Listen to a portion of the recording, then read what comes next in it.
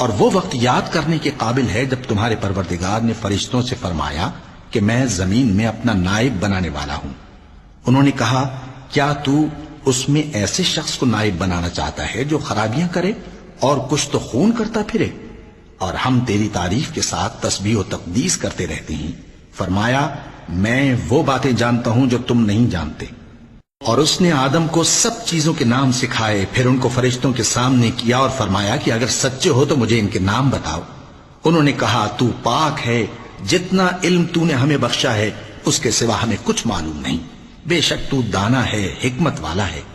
तब अल्लाह ने आदम को हुक्म दिया कि आदम, तुम इनको इन चीजों के नाम बताओ। सो जब उन्होंने उनको उनके नाम बताए तो फरिश्तों से फरमाया, क्या मैंने तुमसे नहीं कहा था कि मैं आसमानों और जमीन की सब पोशीदा बातें जानता हूं, और जो तुम जाहिर करते हो और जो पोशीदा करते हो सब मुझको मालूम है।